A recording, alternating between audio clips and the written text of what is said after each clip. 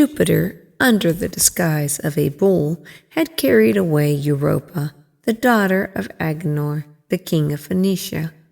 Agenor commanded his son Cadmus to go in search of his sister, and not to return without her.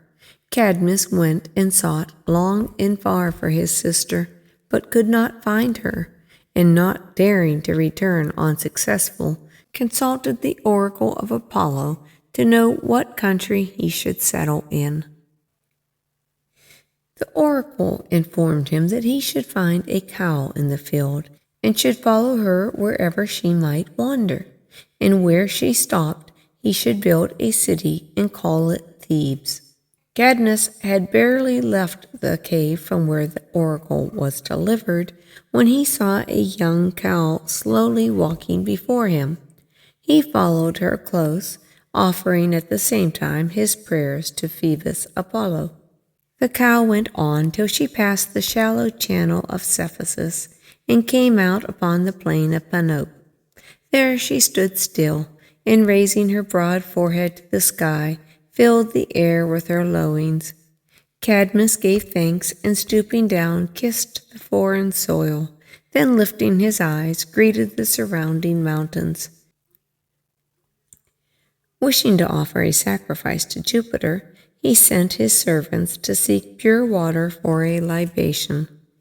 Nearby there stood an ancient grove which had never been profaned by the axe, and in the midst of which was a cave, thick covered with the growth of bushes, its roof forming a low arch, from beneath which burst forth a fountain of the purest water.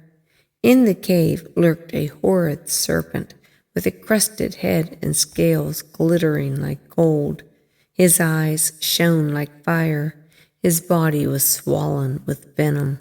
He vibrated a triple tongue and showed a triple row of teeth. No sooner had the Tyrians dipped their pitcher in the fountain, and the in-gushing waters made a sound, than the glittering serpent raised his head out of the cave and uttered a fearful hiss. The vessels fell from their hands. The blood left their cheeks. They trembled in every limb. The serpent, twisting his scaly body in a huge coil, raised his head so as to overtop the tallest tree, and while the Tyrians from terror could neither fight nor fly, slew some with his fangs, others in his folds, others with his poisonous breath.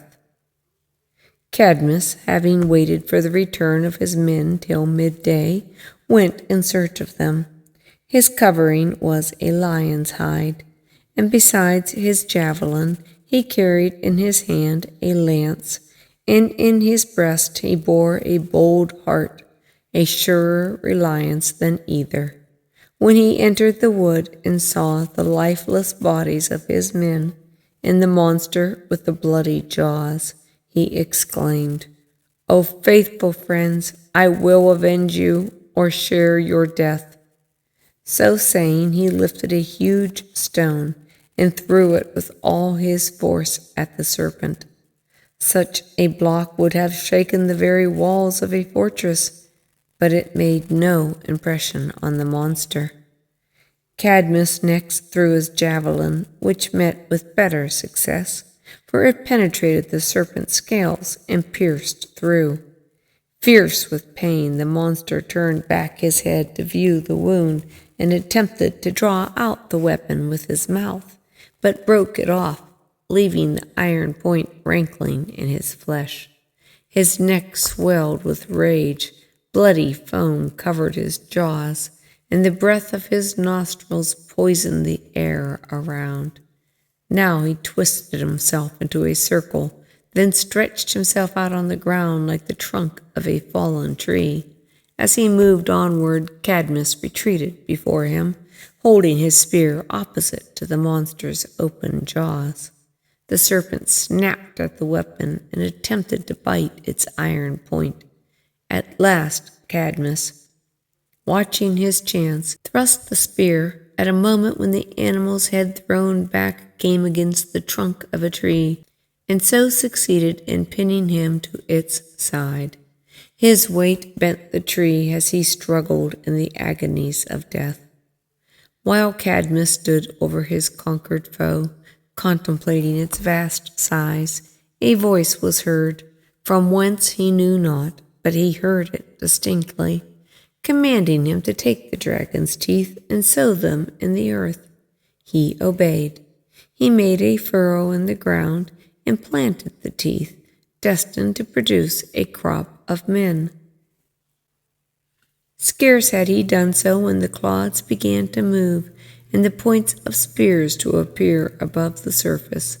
Next, helmets with their nodding plumes came up, next the shoulders and breasts and limbs of men with weapons, and in time a harvest of armed warriors. Cadmus, alarmed, prepared to encounter a new enemy, but one of them said to him, "Meddle not with our civil war." With that, he who had spoken smote one of his earth-born brothers with a sword, and he himself fell pierced with an arrow from another. The latter fell victim to a fourth, and in like manner the whole crowd dealt with each other till all fell, slain with mutual wounds, except 5 survivors. One of these cast away his weapons and said, "Brothers, let us live in peace." These 5 joined with Cadmus in building his city, to which they gave the name of Thebes. Cadmus obtained in marriage Harmonia, the daughter of Venus. The gods left Olympus to honor the occasion with their presence, and Vulcan presented the bride with a necklace of brilliant beauty, his own workmanship. But a fatality hung over the family of Cadmus in consequence of his killing the serpent which had been sacred to Mars.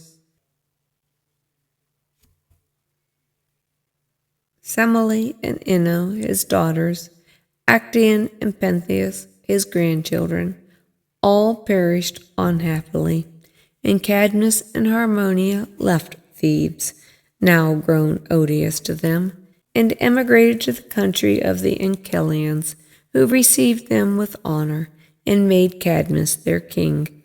But the misfortune of their children still weighed upon their minds, and one day Cadmus exclaimed, "If a serpent's life is so dear to the gods, I would I were myself a serpent." No sooner had he uttered the words than he began to change form. Harmonia beheld it, and prayed to the gods to let her share his fate. Both became serpents.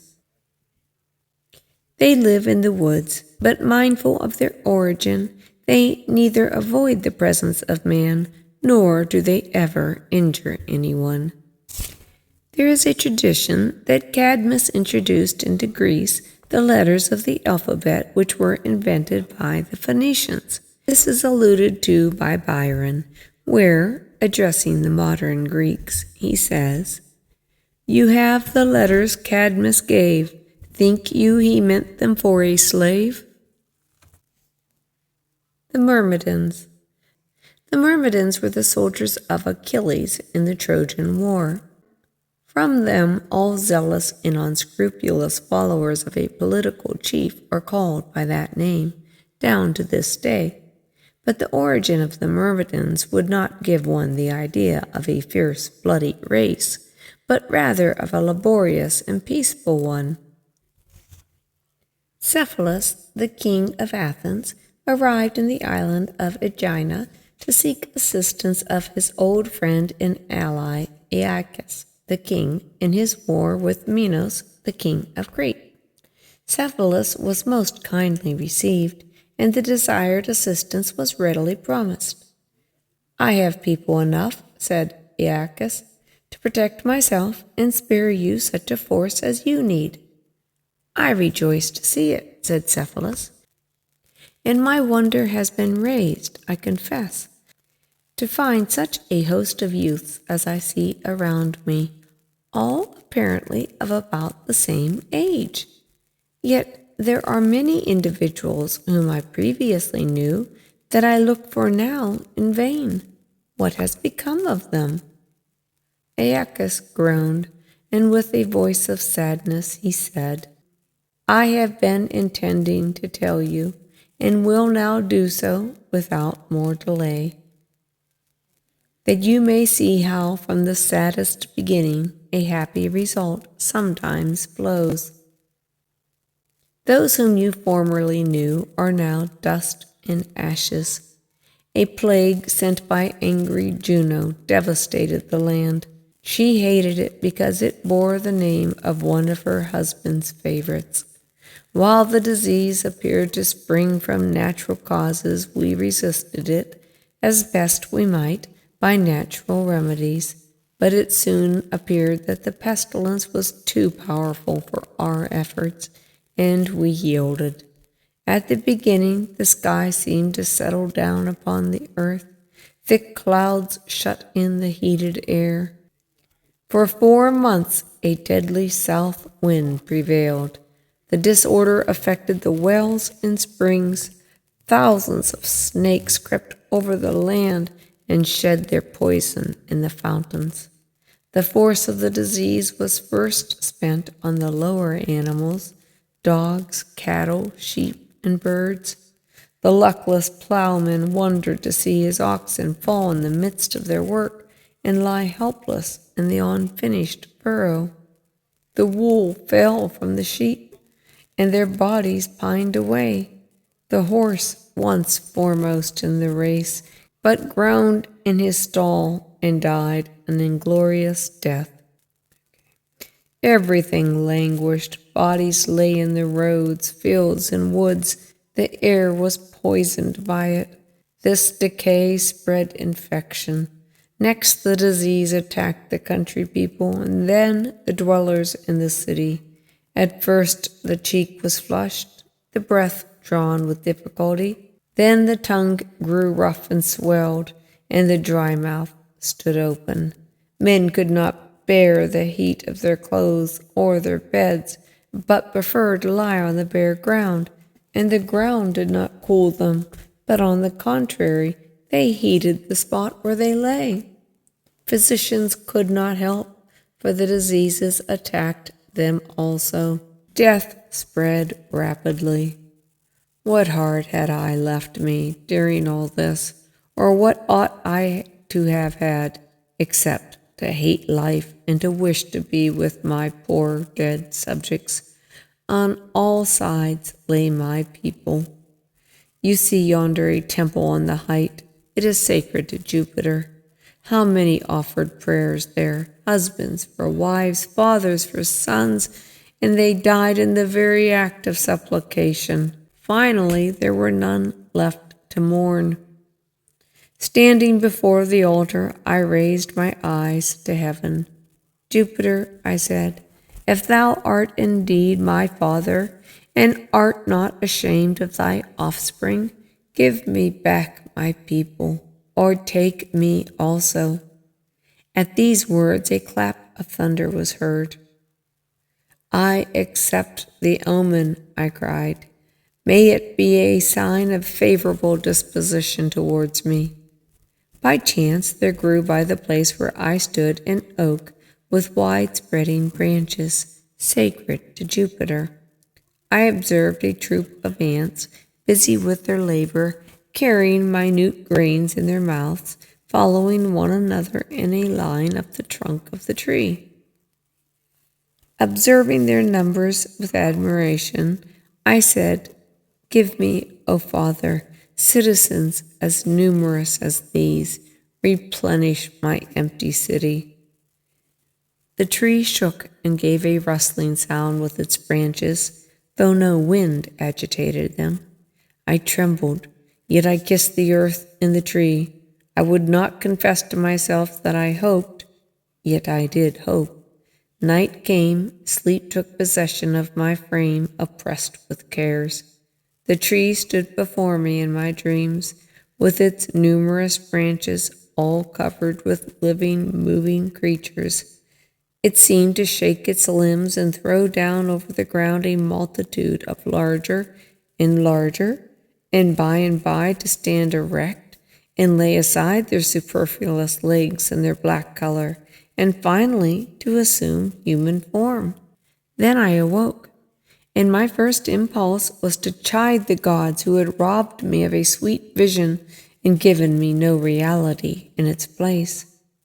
Being still in the temple, my attention was caught by the sound of many voices without. While I began to think I was yet dreaming, Telamon, my son, throwing open the temple gates, exclaimed, "Father, approach! Behold things surpassing your wildest hopes!" I went forth. I saw a multitude of men, such as I had seen in my dream, and they were passing in procession in the same manner. While I gazed with wonder and delight, they approached, and kneeling, they hailed me as their king. I paid my vows to Jove and proceeded to allot the vacant city to the newborn race, and to parcel out the fields among them whom I have called Myrmidons, from the ant Myrmix, from which they sprang. You have seen these people. Their dispositions resemble those which they had in their former shape. They are a diligent and industrious race, eager to gain, tenacious of their gains. Among them you may recruit your forces. They will follow you to the war, young in years and bold in heart.